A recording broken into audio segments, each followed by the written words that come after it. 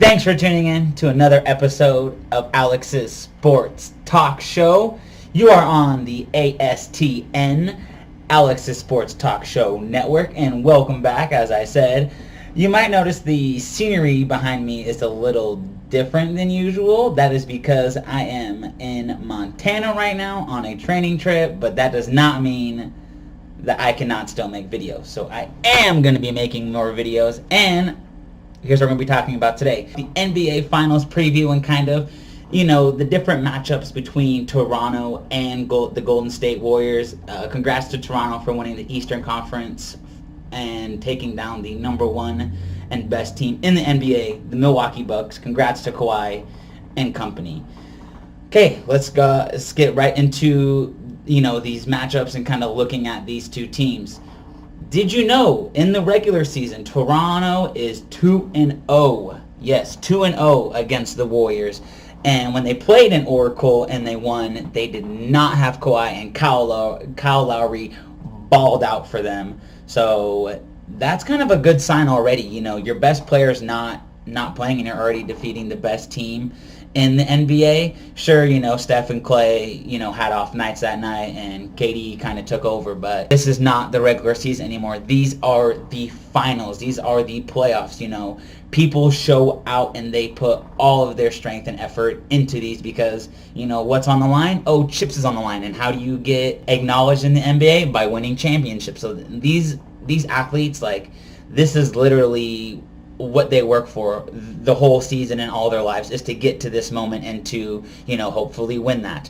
This is almost a rematch of the 2017 Western Conference Finals when it was the Spurs versus the Golden State Warriors before Zaza Pachulia ruined Kawhi's ankle and, that whole fiasco of the Spurs organization and Kawhi not seeing eye to eye on rehab kind of, split them apart. But I think that 2 years ago it would have been a whole nother, different scenario if Kawhi had stayed in and actually played against the Warriors and didn't get injured. How do the Raptors feel about the DeMar DeRozan trade right now and the trades they made during the trade deadline period?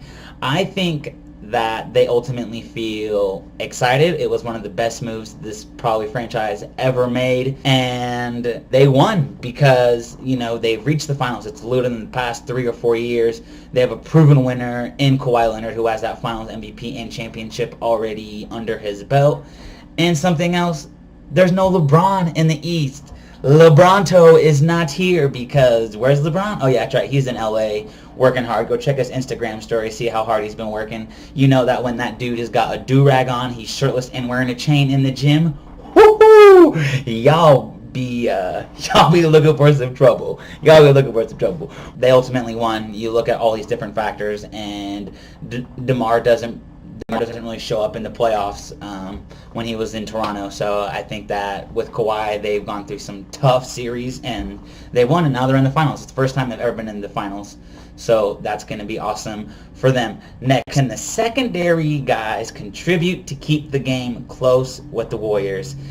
Before the Eastern Conference Finals against Milwaukee where they won, I would have said no, a big O N-O, because these dudes were not really balling out for them, making Kawhi take all the offensive load on his shoulders. And now that, these guys actually have confidence again, they're actually hitting their open shots. I would say, yes, Van Vliet, ever since his son's been born, three games into this series of the finals, he's been going off. Just some quick stats for you.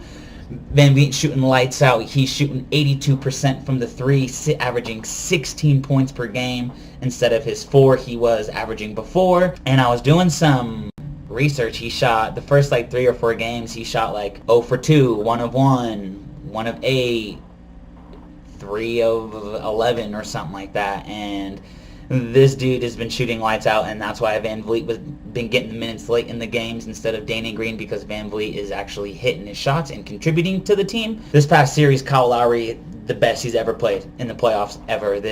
I'm not sure what really was going on in his head, but I'm really glad that whatever happened, because this dude just took his teams to the finals. And, it may not be solely him, obviously, because of Kawhi, but he definitely helped them in a big way offensively and defensively. He took a lot of charges those last 2 games, and he got a lot of turnovers for the Raptors. Danny Green, like I mentioned, Danny Green has been sitting on the bench recently because he hasn't been hitting his shots. Like, Danny Green, like, this dude's been in the finals a numerous amount of times with the Spurs and others, and he really got to show up. I was watching the First Take today, and Stephen A. Smith was saying that Danny Green missed his last 7 3-point attempts and maybe 8 or 9 of his regular just field goal attempts, hitting layups and whatnot, but not getting the job done. So he really needs to have big games, or got to be at least hitting it, shooting 50% if they want to win. And then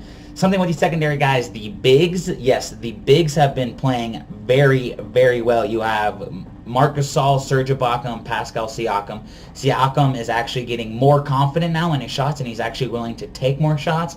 Serge Ibaka is great energy off the bench, providing great defense and great rebounding for them. And then Marc Gasol just stretches the floor and brings a defensive presence to interior for these Raptors. So Big's been playing very well. I definitely think that the secondary guys, yes, they can contribute. Will they? I gotta say so. Like, this is the finals. So much preparation has gone into this that I really think that they will show up.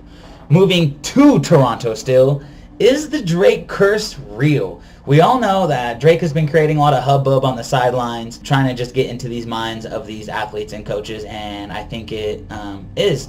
So before Game 6, he predicted that they would go to the finals.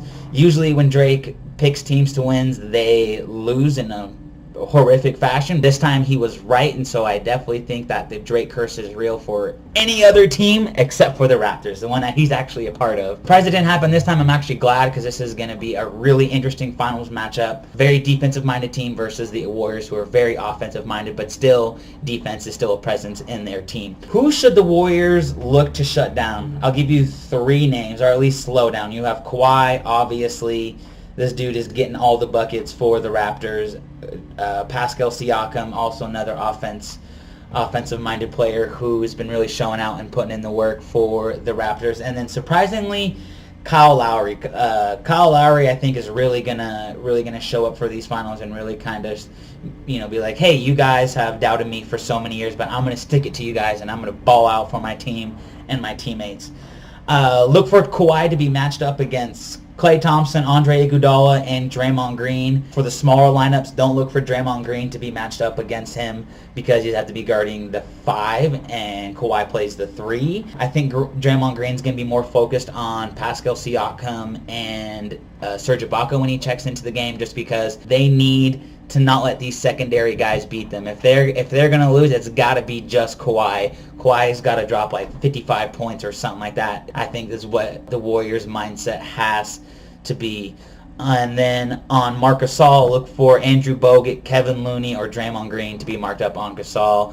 Gasol might be favored in the matchup over Green just because Green's a little smaller, but we know that Draymond Green has a lot of heart that he will lay on the floor every single game. Okay, moving on to the Warriors now. When will KD be back? KD will come back, I think, Game 3 by the latest. I believe that he's going to have to miss these first couple games, because it was said that he was going to come back Game 3 of the Western Conference Finals, and he was ruled out for the Western Conference Finals. So I think they're gonna rest KD for a couple more games, make sure he's like 90% healthy at least before they go, because the Warriors are still a stupendous team. They're a very, very good team with Steph and Klay taking over, because the Warriors are still a good team without KD, but with KD they become unbeatable, and it's hard to beat an unbeatable team when you have one of the best shooters of all time, one of the best scorers of all time, and one of the best two-way players of all time. You got Steph, KD, and Klay. These dudes are too good, and with KD they become unbeatable. So I think that Game 3 is the latest Kevin Durant will come back, and he might be a little rusty. I don't think so. I think he's gonna, because he was averaging like 39 before he went out. I think he'll average like 29, probably max the finals. Moving to another injury for the Warriors is DeMarcus Cousins. DeMarcus Cousins went out April 15th with the torn quad, and it is 6 weeks today, May 27th, that he's been out. And, that's kind of the time period of, okay, well, maybe he is healthy again. Maybe we can actually start, having him participate in practice a little more. I saw him in practice and he looked a little slow still. I could still see that quad is still kind of aggravating him in some aspects. So I think for Cousins to come back, it's going to be game 4 earliest, I think, is when he's going to come back. But they've been playing really well without DeMarcus Cousins. So even if they win the finals and DeMarcus doesn't play, that dude's still going to get a ring. Looking at some key matchups now, key matchups for the finals, you have Lowry versus Curry. Can the heavier and thicker Lowry stay with a runner like Steph Curry? We all know Steph Curry likes to run around and get all these open shots and constantly be moving, kind of like Kyle Korver to a certain degree. So are you going to have Kyle Lowry on Steph Curry? You're going to have Danny Green on Steph Curry. It's going to be interesting. I do not think Lowry is going to be able to keep up with Steph Curry because Steph Curry is too fast and too good for a slow person like Kyle Lowry. So look for Danny Green to be matched up because he's a defensive-minded player to be kind of slow down Curry. I think they will throw multiple looks at Curry. I think they'll throw Kyle Lowry, Danny Green, Van Vliet, Norman Powell. I do not think Kawhi is going to be matched up against Steph Curry. I think Kawhi is either going to be matched up against Klay or KD when he comes back. Those are kind of my 2 predictions. And then the last thing for this matchup, can Lowry score on a dime like Curry? And my answer to that is on the right conditions. Steph Curry can pull up anywhere, and 7 times out of 10 is gonna be in. Like, Steph Curry is just too good of a shooter for him not to. Kyle Lowry though, it's kind of 50-50 I'd say. Yes, he can score on a dime, but at the same time, he makes bad decisions sometimes, and he doesn't get the cleanest look. So I do not think that Lowry can hang with Steph Curry offensively, because Steph Curry's averaging, I think he averaged like 36 in the Western Conference Finals, and I do not see, I really don't see Kyle Lowry averaging that many points when you have Kawhi on the team, who's their offensive leader. Next matchup, Kawhi versus every Warriors defender. Can Kawhi still carry the load when you have Draymond Green, KD, Klay, Iguodala, any of the mismatches? Can he still score or carry the load? And I think he can, because when against the Bucks, he had the Greek Freak on him, and the Greek Freak is an insane athlete. And then you had Chris Middleton and a bunch of other people, and I just don't. Obviously, those aren't the same guys that the Warriors have, but I definitely don't think that they're gonna try and slow him, and they'll definitely slow him down the first game or so. But I think Kawhi is gonna learn and kind of attack the mid range in the high pick and roll. That's really worked well for him against the Bucks late in the game, and that's his bread and butter. So I definitely think that he can still carry the load, but he's been getting some help recently, and as long as he keeps getting that help from his other teammates, it's going to be a close game and series. It's going to be a close game or series. And then the last matchup is Steph versus Kawhi. Which one of these guys is really going to ball out for their team and really trying to... Who's going to be that guy? Who's going to be that Finals MVP? For Toronto, I definitely think it's going to be Kawhi, just because of defensively and offensively what he provides. And then for the 3 championships that the Warriors have won, Steph Curry has not won at Finals MVP. KD has won the past 2, and when they won in 2014, it was Iguodala's for his defense on LeBron James. So I think that Steph Curry finally earns his MVP this Finals if they win, and he's going to ball out for this team. Next, for the Raptors cannot approach this game with a shoot-first mentality, because that is not how you beat the Warriors. You can't beat the Warriors at their own game just because they have too many weapons for them to use. So, and the Raptors, I think, do not have enough weapons to constantly shoot threes all day to try and keep up. So what do the Raptors have to do? The Raptors have to defend. Yes, defend very well. It's the whole team's bread and butter. It's what they're known for, their defense.